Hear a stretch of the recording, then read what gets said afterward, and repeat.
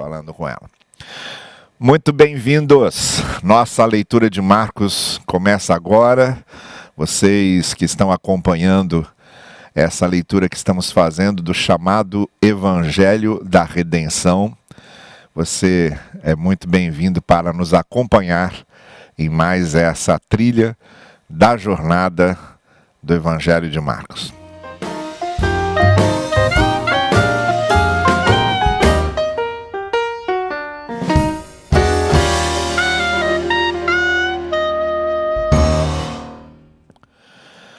Muito bem, nós já estamos no capítulo 13, que é a parte final já do Evangelho. Agora no capítulo 13 nós chegamos ao conhecido discurso do fim dos tempos.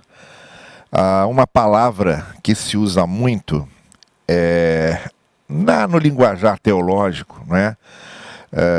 Que se refere aos estudos que se faz sobre esse período do fim dos tempos, que é a palavra escatologia, que vem do termo grego eschaton, que se refere justamente a últimos dias, tempos finais, últimos tempos, não é? E nós temos aqui um trecho do Evangelho de Marcos se referindo muito especificamente ao que Jesus anunciou a respeito do fim dos tempos. Isso se torna muito significativo nesse momento, nessa parte do Evangelho de Marcos, por dois motivos. Primeiro, porque havia uma expectativa muito grande a respeito da vinda do Messias.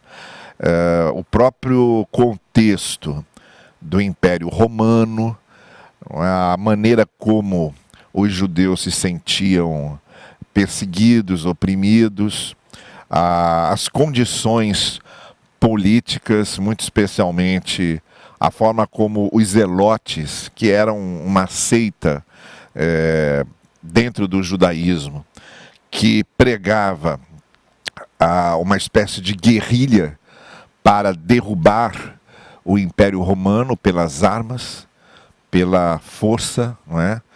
E então havia não só um ambiente de expectativa pela vinda do Messias, mas um ambiente numa contextualização de política de grande expectativa que o Messias viesse solucionar aquele problema, aquela opressão, não é?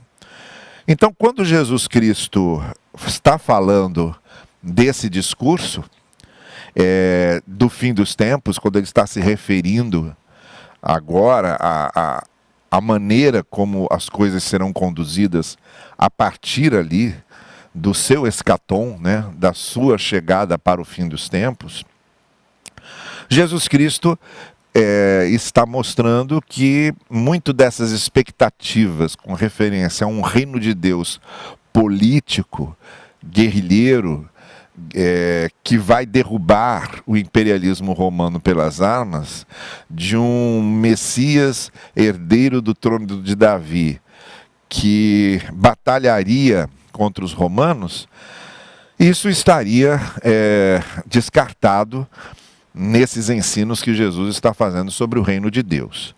Nós já vimos isso em alguns momentos, que quando Jesus Cristo fala em reino de Deus, ele classifica o reino de Deus como a soberania do Senhor nas pessoas, não é? Onde você tem ali um coração que se submete aos ensinos do Evangelho, você tem ali o reino de Deus se revelando, se estabelecendo. O reino de Deus está dentro de vocês e está nesse processo de transformação e de sujeição à soberania do Senhor e à palavra do Senhor, que está sendo feito na vida de vocês e no coração de vocês. É esse o conceito de Jesus Cristo sobre o reino de Deus.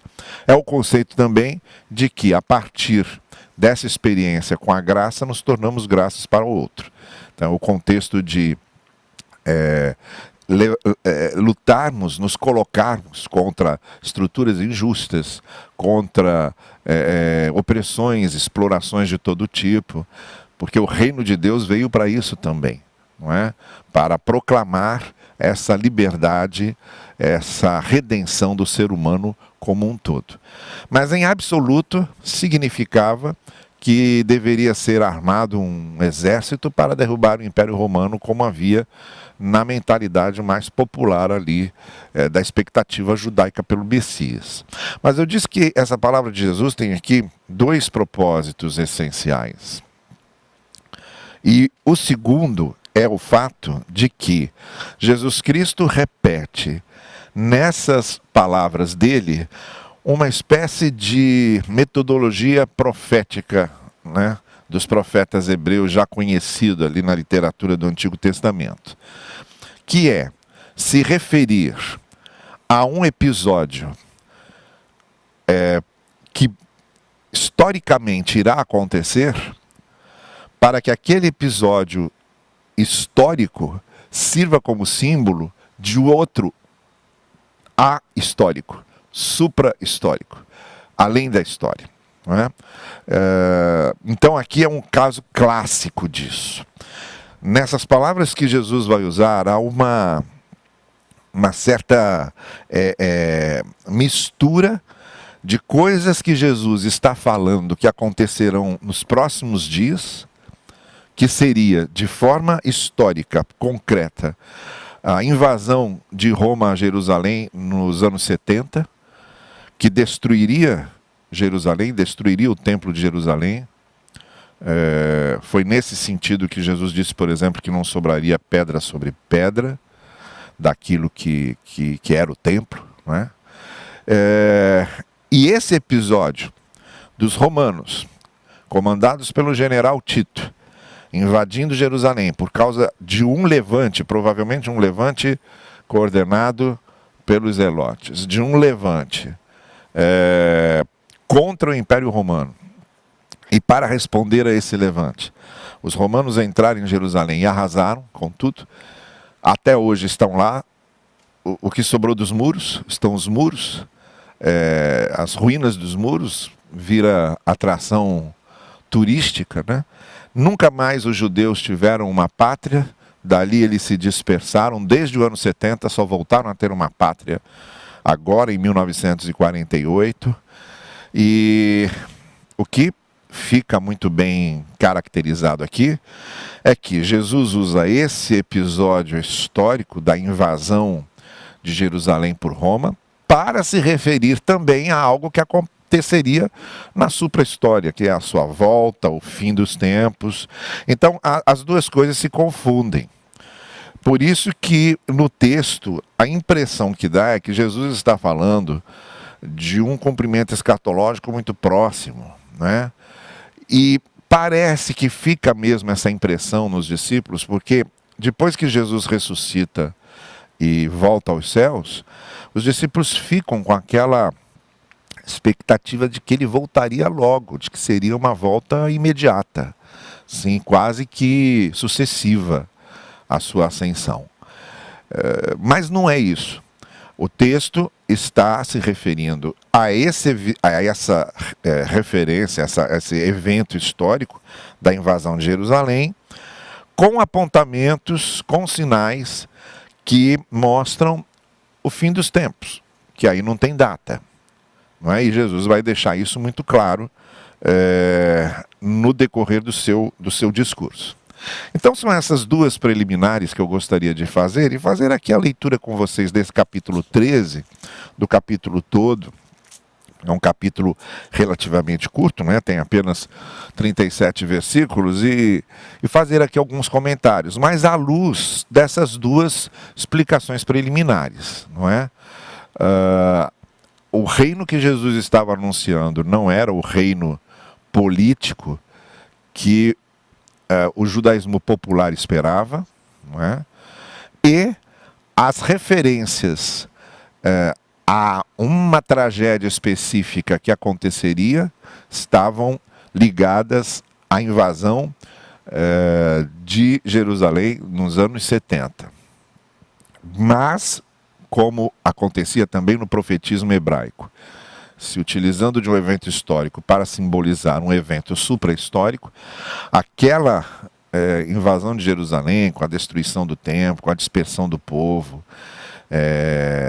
transformando em ruínas tudo aquilo, também simbolizava que o destino do mundo também seria um final, com, aí sim, a evidente manifestação gloriosa e triunfal do Senhor Jesus Cristo. E ele deixa isso muito claro aqui. É claro que a nossa leitura é a posteriori, é muito mais fácil a gente fazer uma leitura a posteriori quando os fatos já se consumaram, então fica mais fácil interpretar um texto como esse. E por isso que para os discípulos, ao ouvirem essas coisas, isso não ficava muito claro, não é? Mas vamos lá, vamos a Marcos 13 então, à luz desses dois pressupostos que dissemos aqui. Então o texto começa no versículo 1 do capítulo 13, quando ele estava saindo do templo. O templo, desde que Jesus entrou em Jerusalém, era ali o cenário central, né?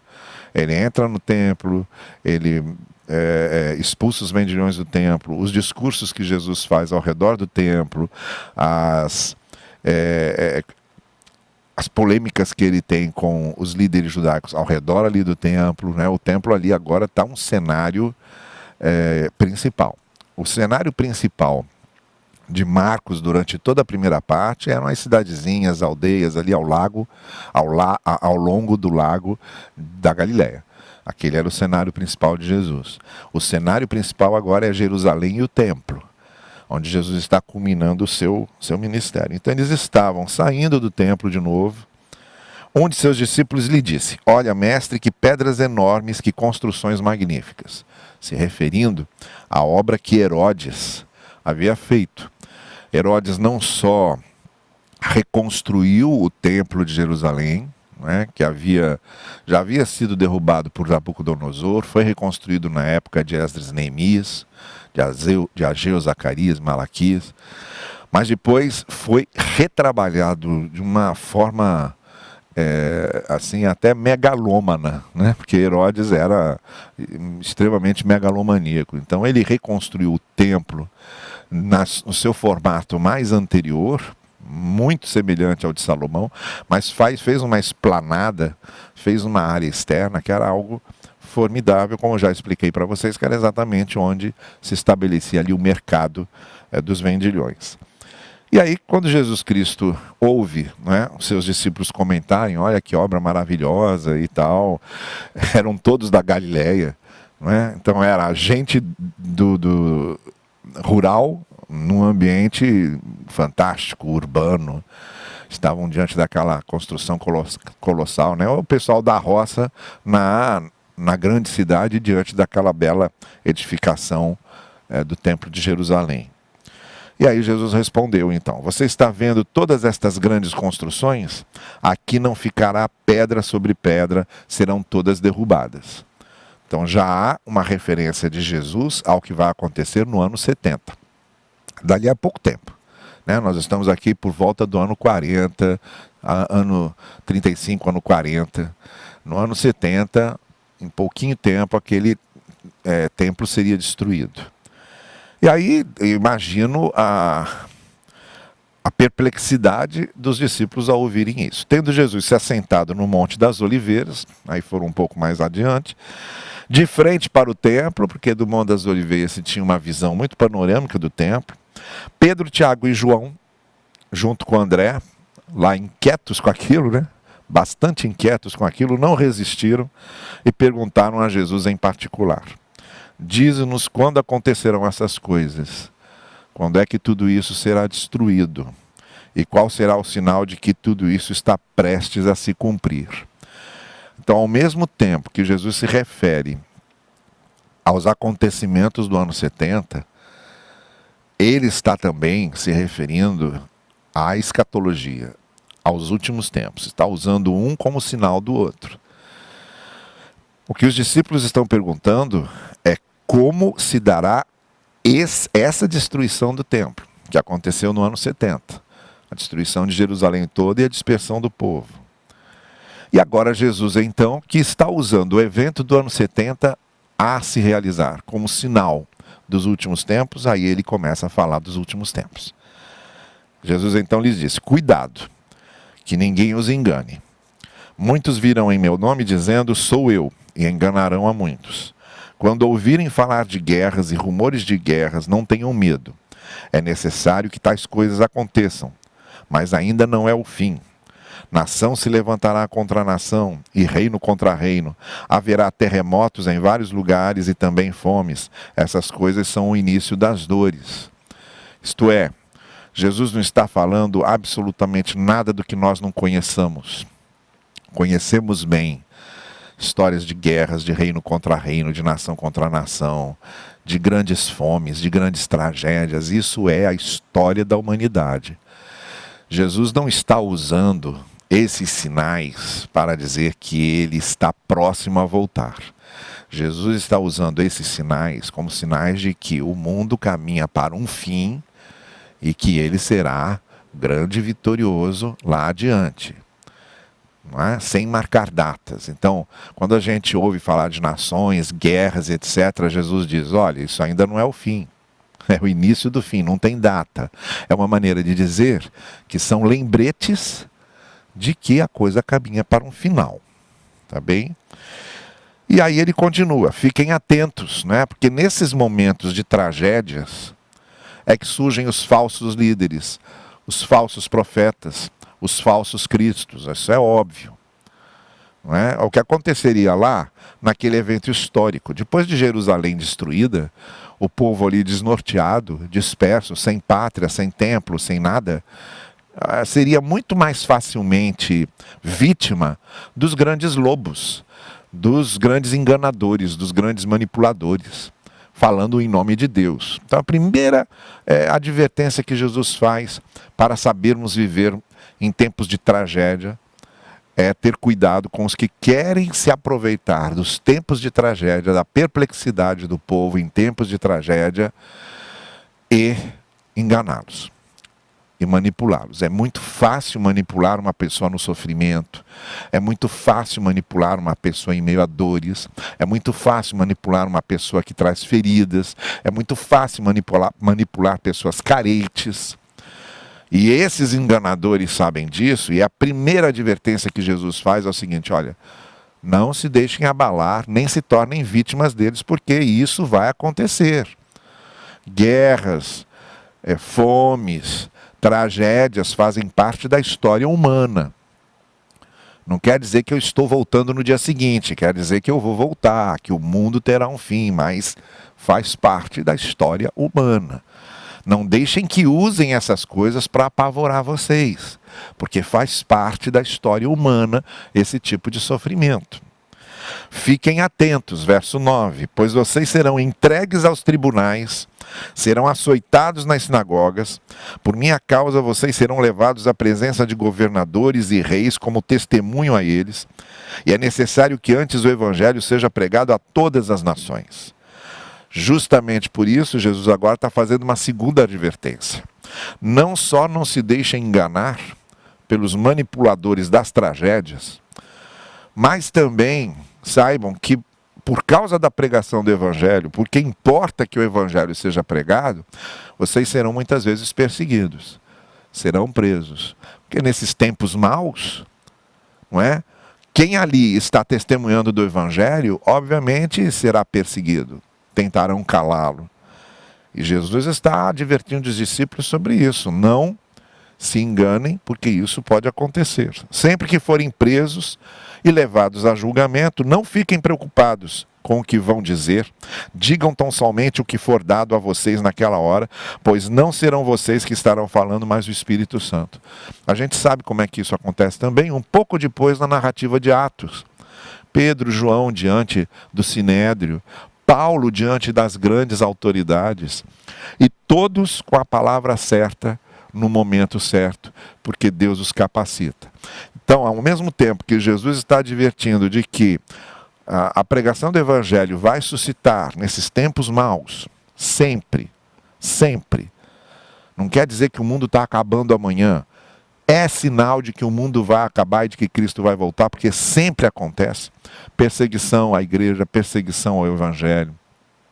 E esses que pregam em testemunho do evangelho devem estar confortados pelo fato de saberem que quando chegar a hora, eles serão equipados pelo Espírito de Deus para dar o testemunho necessário. Não é isso que vai calar o evangelho, não são as perseguições, não são as prisões que vão calar o evangelho, porque é o próprio Espírito Santo de Deus que viria lá em Atos 2 sobre a igreja, que conduzirá a obra, uma promessa de conforto que Jesus está fazendo àqueles seus discípulos. No verso 12, o irmão trairá seu próprio irmão, entregando-o à morte, e o mesmo fará o pai a seu filho. Filhos se rebelarão contra seus pais e os matarão. Todos odiarão vocês por minha causa, mas aquele que perseverar até o fim será salvo. Não é? Ressonâncias ainda, ecos da perseguição, do ódio que muitas vezes a gente produz quando defende a justiça do evangelho, quando defende o caráter do evangelho, quando defende, quando denuncia explorações, quando denuncia autoritarismos, quando denuncia opressões, quando toma o lado do mais fraco, do oprimido. Sempre que fazemos isso, que é o que o evangelho nos manda fazer, nós somos odiados.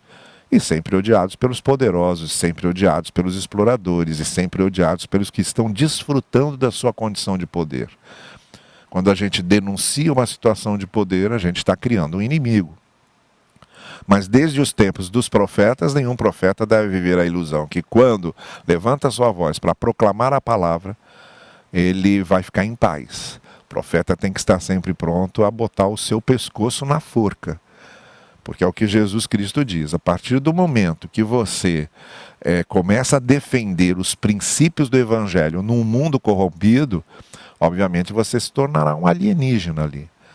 E é interessante que Jesus fala que isso pode acontecer no próprio ambiente familiar, como aconteceu de modo muito direto com aqueles judeus.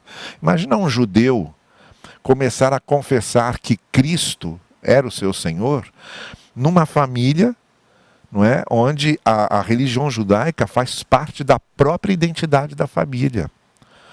Ou imaginem o que seria um islâmico fazer a mesma coisa. Não é? Então, esse tipo de conflito, Jesus disse, vai acontecer. Quando uma pessoa resolver crer em mim, testemunhar do meu evangelho, me seguir num contexto familiar, que são os contextos assim, que são os que mais influência têm sobre nós. Não é? Sangue é uma coisa que fala muito alto. Uma criança quando cai, a primeira palavra que ela grita é mãe, pai. E nós, quando às vezes sofremos um grande acidente, um grande problema, temos a nossa vida em risco, o primeiro pensamento que corre na nossa cabeça é nossa família. São as pessoas que a gente logo lembra. Não é? Então fala muito alto, esses elos familiares falam muito alto. Agora imagina o que é você romper com esses elos familiares e esses elos familiares se voltarem contra você porque você está professando uma outra fé que não a deles. Era disso que Jesus está falando. Então, Jesus está aproveitando esse episódio, né, da destruição de Jerusalém, da tragédia que seria em Jerusalém, para dizer, olha, isso aí está ilustrando o que vai acontecer muitas vezes com a igreja em vários momentos, a tribulação que ela vai passar, as adversidades que vocês vão atravessar, as perseguições que vocês vão ter, o preço alto que vocês vão pagar por causa da pregação do evangelho. Então tudo isso faz parte desse discurso preparatório de Jesus. E aí no verso 14 ele diz, quando vocês virem o sacrilégio terrível no lugar onde não deve estar, quem lê entenda, então os que estiverem na Judéia fujam para os montes. Agora Jesus está falando da própria destruição do templo, não é? Da maneira como o lugar sagrado seria profanado. Não é? Os romanos entrariam ali destruindo tudo, destruindo o Santo dos Santos. Você imagina, só o sumo sacerdote podia entrar no lugar dos santos. A revolta dos Macabeus, naquele período intermediário entre o Antigo e o Novo Testamento, que foi um grupo de judeus da família dos Macabeus que se levanta contra o domínio grego, se dá justamente porque, para zombar, dos judeus entraram no templo e sacrificaram um porco lá dentro, o porco que era considerado pelos judeus como animal impuro. Profanaram o Santo dos Santos e sacrificaram um porco lá dentro só para zombar de todo mundo. E isso fez com que a revolta dos macabeus acontecessem. E a mesma coisa Jesus estava dizendo aqui, vai haver uma profanação, os romanos vão entrar aqui e vão destruir tudo. Não é? Essa profanação aconteceria na década de 70 e que seria um aviso, um sinal, né, de várias outras profanações que haveria contra a fé e por causa do testemunho da fé. E aí, falando agora mais especialmente sobre esse ano 70, sobre aquela década de 70 que estava se aproximando, onde essa tragédia ia se estabelecer, aí Jesus está dizendo, olha, naquele dia quando vier e destruírem o templo e chegarem com aquele exército, que foi o grande exército romano destruindo Jerusalém toda, quem estiver no telhado da sua casa não desça nem entre em casa para tirar dela coisa alguma. Quem estiver no campo não volte para pegar seu manto. Como serão terríveis aqueles dias para as grávidas e para os que estiverem amamentando. Orem para que essas coisas não aconteçam no inverno, porque aqueles serão dias de tribulação como nunca houve desde que Deus criou o mundo até agora, nem jamais haverá. Aí ele já está fazendo, não é? A mistura, né, do acontecimento da destruição de Jerusalém no ano 70 com o fim dos tempos, que também seria algo terrível, né?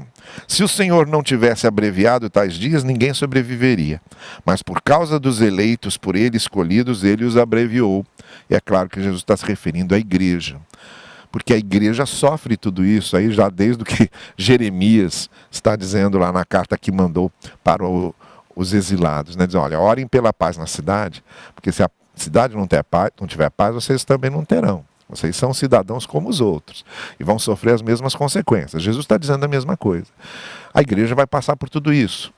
Na destruição de Jerusalém, os cristãos ali também passarão por aquilo, serão mortos, serão presos, verão a destruição dos seus lares e tudo isso que Jesus descreveu antes. E aí Jesus Cristo diz, olha, e ainda por causa da igreja, por causa dos seus, por causa daqueles que pertencem a Cristo, Deus ainda terá misericórdia e abreviará o sofrimento. Então orem para que essas coisas aconteçam e fiquem fortalecidos. Se então alguém disser, vejam, aqui está o Cristo, ou vejam, ali está ele, não acreditem. De novo a advertência contra os falsos cristos, os que se aproveitam das tragédias para manipular as pessoas. Pois aparecerão falsos cristos, falsos profetas, que realizarão sinais e maravilhas.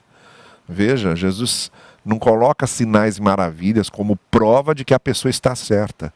Ele coloca sinais e maravilhas, muitas vezes, como instrumento para enganar as pessoas. Eles vão usar sinais e maravilhas para, se possível, enganar até a igreja, enganar até os eleitos. Por isso, fiquem atentos, avisei-os de tudo antecipadamente. Jesus está preparando os seus discípulos para o que aconteceria poucos anos depois em Jerusalém e para o que aconteceria nos últimos tempos, não é? Para a igreja dos últimos tempos. Mas naqueles dias, após aquela tribulação, o sol escurecerá, a lua não dará a luz, as estrelas cairão, os poderes celestes serão abalados, é uma citação da profecia de Isaías. E aí ele volta a falar do triunfo final dele. Então verão o Filho do Homem vindo nas nuvens com grande poder e glória. E ele enviará os seus anjos e reunirá os seus eleitos dos quatro ventos, dos confins da terra até os confins do céu. Aprendam a lição da figueira. Quando seus ramos se renovam e suas folhas começam a brotar, vocês sabem que o verão está próximo. Assim também, quando virem estas coisas acontecendo, saibam que ele está próximo, às portas. Eu asseguro a vocês que não passará esta geração até que todas estas coisas aconteçam. Está falando ali, né? Aquela geração veria ali a queda de Jerusalém. O que ele falou sobre a queda de Jerusalém aconteceria. Os céus e a terra passarão, mas as minhas palavras jamais passarão. E cada vez que o mundo passasse por uma grande provação, por uma grande tribulação, seria sinal não da derrota, mas do triunfo de Cristo. É disso que Jesus está falando. E aí, porque ele disse assim, olha, estou próximo, estou às portas, muita gente acabou pensando que ele voltaria no dia seguinte, não é? E aí Jesus então acrescenta no versículo 32, quanto ao dia e hora, ninguém sabe, nem os anjos do céu, nem o Filho, senão somente o Pai. O dia e hora históricos da volta de Jesus é desconhecido completamente. O que ele diz é que esses eventos devem lembrar que eu vou voltar. E vou voltar proximamente em comparação, claro, sempre, com o tempo em que ele viveu. É óbvio que hoje, 2000 anos depois, estamos muito mais próximos do triunfo final de Jesus do que estavam lá no século I. Então, para nós aqui, ele está muito mais perto de voltar do que para eles lá. Mas não significa que vai voltar amanhã, nem significa que vai voltar nos próximos 2000 anos. E esse dia, essa hora, não adianta a gente ficar marcando. Isso aqui é uma advertência clara de Jesus contra os marcadores de data e hora para a vinda de Cristo, não é? E aí, Jesus termina fazendo a última advertência de novo, pedindo vigilância, fiquem atentos. Vigiem. Quantas vezes Jesus repetiu essa expressão? Vocês não sabem quando virá esse tempo. É como um homem que sai de viagem. Ele deixa sua casa, encarrega de tarefas cada um dos seus servos e ordena ao porteiro que vigie. Portanto, vigiem, porque vocês não sabem quando o dono da casa voltará. Se à tarde, à meia-noite, ao cantar do galo, ao amanhecer, se ele vier de repente, que não os encontre dormindo. O que digo a vocês, digo a todos, vigiem. É a última advertência que Jesus faz aos seus discípulos. Se nós vamos ter que atravessar esses tempos difíceis sempre, se a igreja vai passar por esses períodos de grande gravidade, se não sabemos a volta de Cristo, sabemos só que ele está mais próximo agora do que estava antes. Se esse dia e hora não são marcados historicamente, ao apelo para que vigiemos sempre. E vigiemos como? Vigiemos fazendo a nossa parte, que é o que ele disse que deviam fazer. Proclamem o Evangelho. Proclamem o Evangelho. Cuidado com os falsos líderes. Cuidado com os falsos cristos. Não se deixem manipular nem enganar por eles. E estejam preparados para serem odiados, perseguidos. Todas as vezes que vocês levantam a voz para proclamar o Evangelho, haverá reação daqueles a quem não interessa esses princípios que o Evangelho ensina. Essas advertências o Senhor Jesus faz nesse capítulo 13 de Marcos, preparando os seus discípulos para tudo o que aconteceria em pouco tempo com Jerusalém e por toda a história da igreja, enquanto o Senhor não viesse. Mas que se lembrassem que ele vem e virá triunfante, com glória. A vitória está garantida. Não sabemos quando. E passaremos ainda as adversidades que tivemos de passar. As perseguições e as tentativas de enganação.